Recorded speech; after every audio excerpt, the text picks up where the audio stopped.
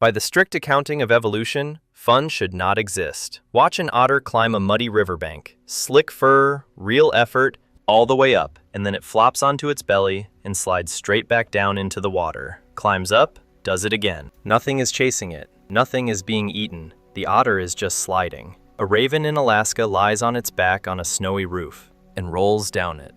Reaches the bottom, flaps back up, rolls down once more. No mate is watching. No food is involved. It's rolling down a roof because rolling down a roof is, apparently, worth doing. None of this should survive. Play burns calories the animal fought hard to get. It sprains joints and tears muscles. And it can pull an animal's attention away at the exact moment attention is the only thing keeping it alive. On paper, evolution should have deleted fun long ago and never looked back. Instead, it did the opposite. Play is everywhere. Otters, ravens, dogs, dolphins, rats, and, in their strange boneless way, octopuses. One of the most pointless-looking things an animal can do turns out to be one of the most widespread. That's the first clue, that it isn't pointless at all. Something this expensive doesn't spread across half the animal kingdom by accident. It's being paid for. The only question is what it's buying, and make no mistake about the price. In 1988, a biologist named Robert Harcourt sat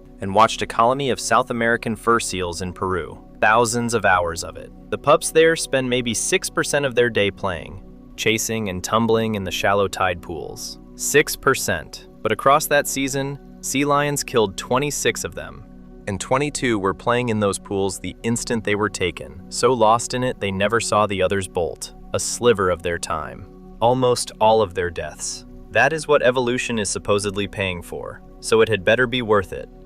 For a long time, science didn't really ask what it was. The oldest answer was almost a shrug. The Victorian thinker Herbert Spencer had a tidy version of it. Surplus energy. A well-fed young animal has fuel to spare. The fuel has to go somewhere, so out it comes as running and wrestling and rolling around. Play as steam leaving a kettle. Elegant. Also almost certainly wrong. Tired animals play. Hungry animals play. And animals will work to earn access to play the way they work to earn food. You don't fight to get at a way of burning off something you're trying to get rid of. Through the 20th century, a handful of biologists decided to take the problem seriously, which first meant admitting they couldn't even define the thing. What counts as play, and what's just a young animal being clumsy? Researchers like Robert Fagan, John Byers, Paul Martin, Mark Bekoff, and Gordon Burghardt spent years building criteria for it. Play is behavior that's repeated, that's visibly not serious. No real biting, no real fleeing. That costs something to do, and that shows up mostly in relaxed, unstressed animals. Burghardt's checklist finally let the field say, with a straight face, yes, the raven on the roof, that officially counts. But naming a thing isn't explaining it.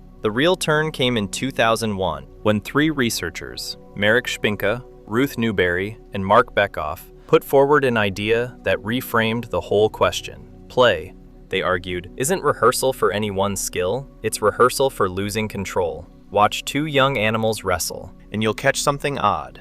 They deliberately put themselves off balance. They hand the other one the advantage. They tumble. They scramble, they recover. They aren't practicing winning. They're practicing the moment it all goes wrong. The slip, the ambush, the bad landing, and then finding their feet again. Their phrase for it was training for the unexpected. Not a fixed move for a known situation. A flexible response for a situation you can't see coming. And this only works because play is fake, and everyone involved agrees it's fake. A dog drops into that front down, rump up bounce, the play bow, and it carries a precise message. Whatever I do next, I don't mean it. The nips aren't bites. The chase isn't a hunt. That shared agreement is what keeps the sandbox safe. You can attempt the clumsy move, the risky move, the move that would get you hurt or killed if the stakes were real. And you can fail at it, again and again, at no cost, until one day, it isn't clumsy anymore. So what happens if you take it away? In 2009, Sergio and Vivian Pellis pulled the evidence together, and it isn't gentle. Rats denied the chance to play as juveniles grow up rigid, drop them into something new and unexpected, and they overreact, freeze, or handle it badly. The ones that got to wrestle cope with surprises. The ones that didn't, don't. Play, it turns out, wasn't the break from growing up. It was part of growing up. There's a social layer stacked on top of that. When animals play together, they're also learning the rules of the group. How hard is too hard, whose turn it is, when to ease off. Beckhoff noticed something in it that looks almost like fairness. A big dog playing with a small one will handicap itself. It pulls its bites, flops onto its back, hands over advantages it would never surrender in a real fight. Not out of kindness, exactly. Play full strength and the game ends. The little one quits and walks off. Break the rules too often, and eventually, nobody plays with you at all. In a rough animal way then, play is where trust gets built and quietly tested. It would be neat to stop there and call it solved. It isn't. Scientists still argue about what play is ultimately for, and the honest answer is probably several things at once. Training, bonding, tuning the brain, maybe more. And one piece stubbornly resists the tidy story: grown-up play. A pup wrestling makes sense. It's building something it'll need. A full-grown otter sliding down a bank for the 40th time, long past any need to practice, is much harder to account for. We may not be looking at one behavior at all, but at a whole family of them, wearing the same face. The rehearsal idea is the strongest lead we've got. It's not the last word, but the strangest thread runs underneath all of it. Play feels good, and we can actually measure that. In the late 1990s, the neuroscientist Jaak Panksepp did something that sounds like a punchline and turned into a finding. He tickled rats, and the rats chirped back, high, fast, ultrasonic calls, around 50 kilohertz, far above anything our ears can catch. The calls tracked a positive state. The rats sought the tickling out. They'd chase the hand that did it, and come back for more. A careful note here: a rat isn't laughing the way you laugh. There's no open grin, no sense of a joke, just a specific happy sound in a specific happy state. But the point underneath is the big one. The good feeling isn't decoration sitting on top of the useful thing. The good feeling is the delivery mechanism.